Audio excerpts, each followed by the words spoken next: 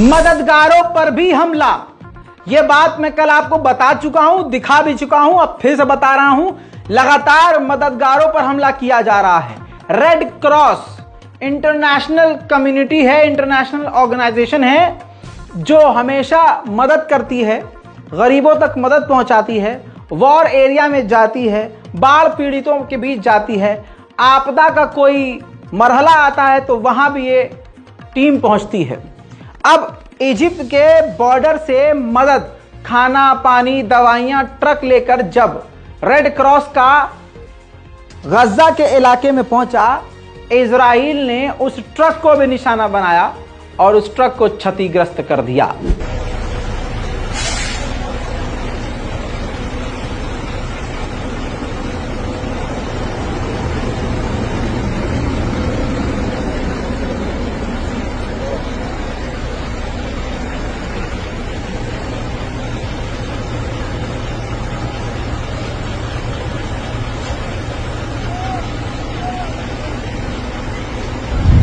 हस्बी अल्लाह व निअमल वकील। मेरे दोस्तों, अब अगली तस्वीर देखिए। यह गाजा के अंदर की तस्वीरें हैं। टैंकों से हमला कर रहा है, सीधा इंफ्रास्ट्रक्चरों पर हमला कर रहा है। कह रहा है कि हम हमास को निशाना बना रहे हैं इजराइल, और पूरे गाजा को अब जमीन पर उतरकर तबाह कर रहा है। पहले की रिपोर्ट में बता चुका हूं कि पूरा आधा गाजा कब्जे में ले चुका है इजराइल, आधे गाजा पर इजराइल कब्जा कर चुका है। और ये तस्वीरें आपको बता रही हैं कि आगे अब क्या हो रहा होगा और क्या क्या होने वाला है। इसके अलावा इजराइल ने पिछले 12 से 18 घंटों में गाजा के ऊपर खतरनाक बमबारी की है, जिनकी ताजा तरीन तस्वीरें आप देख लीजिए।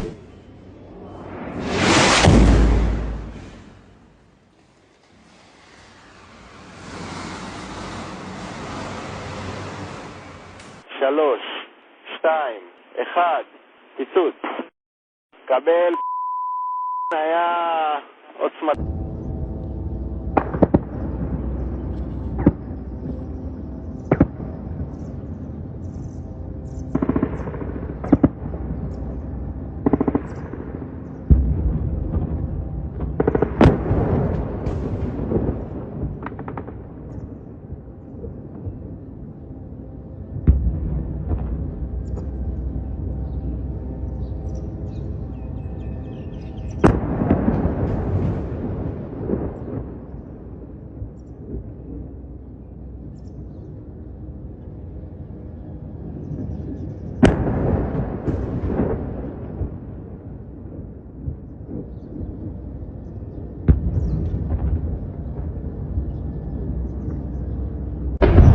इन खौफनाक हमलों के बाद बचा कुचा गाजा भी पूरी तरह से खंडर में तब्दील हो गया। चीख और पुकार की आवाज रोज की तरह अब तो आम हो गई है। आपके आंख सूख चुके हैं, हमारे सूख चुके हैं, अब फर्क ही क्या पड़ता है, देख लीजिए।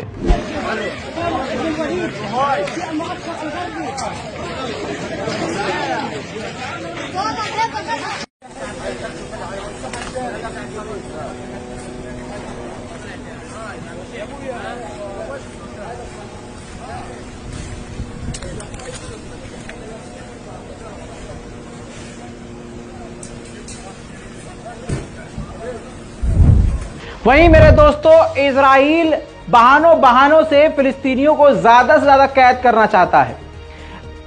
अब वो क्या कर रहा है, एक नए कानून के मुताबिक घरों के अंदर घुस रहा है फिलिस्तीनियों के, उनके मोबाइल को चेक कर रहा है।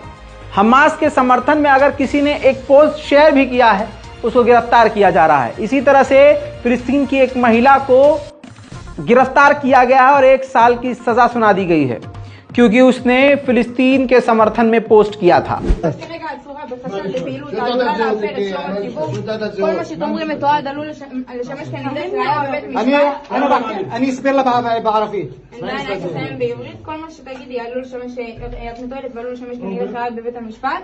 זכאית להיוועץ עם עורך דין טרם חקירה. בסדר? תסביר לה רק בשפה שהיא... זה שלך הטלפון?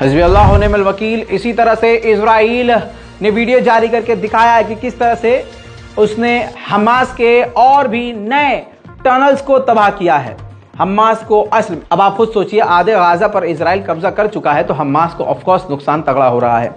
बाकी ये जो टनल्स उसने उड़ाए हैं, इससे भी काफ़ी बुरा नुकसान हमास को हुआ है।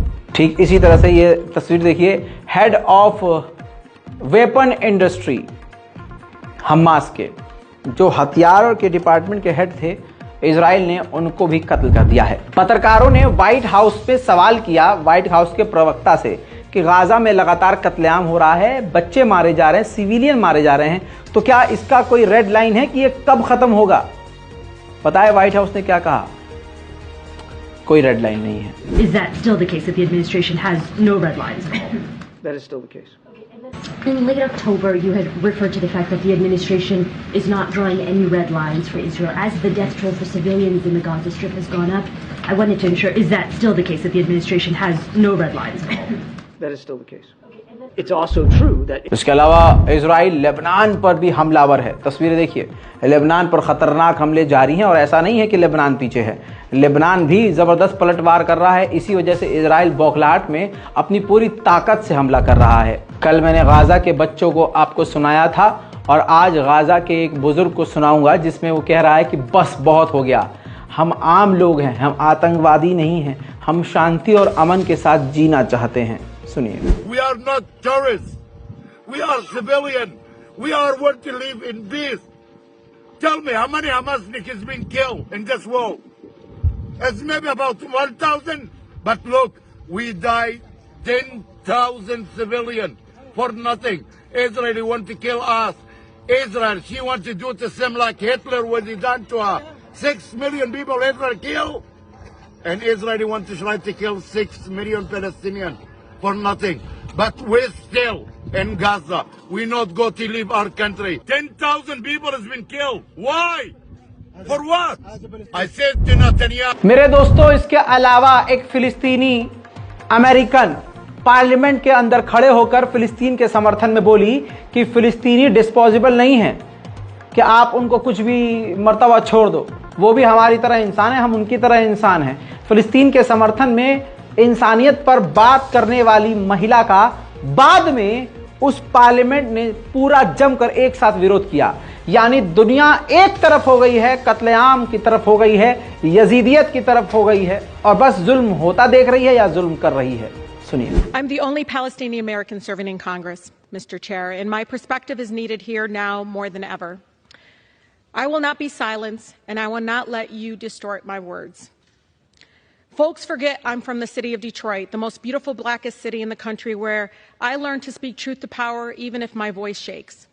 Trying to bully or censor me won't work, because this movement for a ceasefire is much bigger than one person. It's growing every single day. There are millions of people across our country who oppose Netanyahu's extremism and are done watching our government support collective punishment and the use of white phosphorus bombs that melt flesh to the bone. They are done watching our government, Mr. Chair, supporting cutting off food, water, electricity, and medical care to millions of people with nowhere to go. Like me, Mr. Chair, they don't believe the answer to war crimes is more war crimes. The refusal. वहीं अमेरिकी member of parliament इल्हाम ने parliament के अंदर तमाम अमेरिकियों को और अमेरिकी सरकार को नंगा किया। कहा इंसानियत पे बात करते हैं, यहां पर इंसानियत कहां गई? 10,000 फिलिस्तीन के गाजा के लोग मारे गए। हम मानवता की बात करते हैं, लेकिन इस चीज से मुंह फेरे बैठे हैं और इजराइल के साथ खड़े हैं और जेनोसाइड में उसका साथ दे रहे हैं। बहुत बातें कही हैं, सुनिए। Thank you, Mr. Speaker. It is glaring hypocrisy when you have Republicans on the other side of the aisle trying to create definitions and say Rashida wants to annihilate people, when Max Miller himself went on TV and said we're turning Gaza into a parking lot and we want to annihilate Palestinians. Nobody condemned him on that side of the aisle. What is true here is that every single one of them has not acknowledged the fact that Palestinians are dying in the tens of thousands, but will continue to say it is us who are not acknowledging humanity. दोस्तों ये तस्वीर देखिए, तुर्की के burger king के outlet पर एक व्यक्ति ने हमला कर दिया, ये कहते हुए कि हर मिनट में एक बच्चा गाजा में मारा जा रहा है और ये कंपनियां उनको सपोर्ट कर रही हैं। तुर्की में इजरायली प्रोडक्ट्स, अमेरिकी प्रोडक्ट्स का बहिष्कार लगातार इसी तरह से जारी है। वहीं ये देखिए, इजराइल की सेना ने गाजा के अंदर घुस के हथियार जो हमास के वो दिखाए हैं, जो 7 अक्टूबर को हमास ने इस्तेमाल किए थे घुसपैठ करते वक्त और हमला करते वक्त। अमेरिका के राष्ट्रपति पद के उम्मीदवार रॉबर्ट एफ कैनेडी जूनियर, इन्होंने बयान दिया और कहा कि इजराइल हमारे लिए बेहद जरूरी है। इजराइल ठीक ऐसा है जैसे मिडिल ईस्ट में तैनात हमारा एयरक्राफ्ट कैरियर। हमें और हमारी सरकार को इजराइल का और भी ज्यादा बढ़ चढ़कर साथ देना चाहिए, क्योंकि मिडिल ईस्ट पर हमारा एक ही साथी है जो नजर रखता है, वो है इजराइल। और इजराइल सबसे पुराना हमारा साथी है। अगर वहां से इजराइल हट गया, मिट गया, तो पूरा मिडिल ईस्ट, सारे अरब एक हो जाएंगे। 90% जो ईंधन है वो ब्रिक्स के पास चला जाएगा और इससे अमेरिका की नेशनल सिक्योरिटी को खतरा होगा। थोड़ा सा बयान सुन लीजिए क्योंकि सबूत जरूरी होता है। And Israel is critical, and the reason it's critical is because it's a bulwark for us in the Mideast. It's almost like having an aircraft carrier in the Mideast. It's our oldest ally, and it's been our ally for 75 years. It has been an incredible ally for us in terms of the technology, the exchange. And, you know, in building the Iron Dome, which we paid a lot for, has also taught us enormously about how to defend ourselves at home from missiles. So those military expenditures are all going, 75% of it goes to U.S. companies under the agreement, under the MOU. But if you look at what's happening in the Mideast now, Iran is now the closest ally. मैंने आपको पहले ही बताया है कि line खींच दी गई है। एक तरफ खूनी हैं, कातिल हैं, नंगे हैं, जलील हैं, बेगैरत हैं, झूठे हैं, मक्कार हैं, आतंकवादी हैं, और इधर मजलूम हैं, लुटे हुए हैं, सीधे लोग हैं, निहत्ते लोग हैं। मेरे दोस्तों, ब्रिटेन, अमेरिका, जर्मनी, फ्रांस, ये सारा यूरोप इस वक्त पूरी दुनिया के सामने नंगा हो गया है। सब खुलकर आतंक को और कत्लेआम को सपोर्ट कर रहे हैं। ब्रिटेन का एक अधिकारी इंटरनेशनल मीडिया के सामने एक एंकर के इस सवाल पर, जिस सवाल में यह पूछा गया कि आपको क्या लगता है 11,000 लोगों की मौत हो चुकी है, क्या आपको नहीं लगता कि इजराइल अभी भी इंटरनेशनल लॉ का उल्लंघन कर रहा है? तो उस जलील और बेगैरत ब्रिटेन के नेता ने कहा नो, नहीं। सुनिए। We're going to have to see as the facts emerge and evolve. Hang on, the UN says it's breaking international law. Amnesty says it's breaking international law. The Red Cross says it's breaking international law. Well, and Israel needs to act within international law, but there are organisations saying it's already breaking it. Accusations where Israel is accused of breaking international law need to be properly investigated, and I think particularly when it comes to accusations, for example, of the use of white phosphorus, that is prohibited under international law. When it comes to specific targets, schools, hospitals, they are protected under international law. The complication in international law comes in when Hamas are using those buildings as facilities to launch attacks. But in terms of the scale of civilian loss of life, I well understand why people are calling for an immediate ceasefire, but we've got to be really realistic about this. When you've got Hamas that is threatening to carry out the same sort of attacks again and again, and an Israeli government that says we've got to take out Hamas, we're not going to see a ceasefire soon enough to save lives. Humanitarian pauses could save lives in a way it did just the other night when Jordan did an airdrop of aid in, Israel ceasefire, Hamas ceasefire overnight to get the aid in. That's the practical difference that can be made. It's not a panacea, but it is the immediate humanitarian response that the people of Gaza desperately need. इसी तरह से मुसलमानों और अरब देशों की चुप्पी की वजह से अब फिलिस्तीन की लड़कियों की इज्जत पर हाथ डाल रहा है इजराइल। इजराइल की सेना अब फिलिस्तीन की लड़कियों, महिलाओं को चेकिंग के बहाने उनके हिजाब पर हाथ डाल रही है, उनके प्राइवेट एरिया पर हाथ लगा रही है और गंदे तरीके से उनकी चेकिंग कर रही है।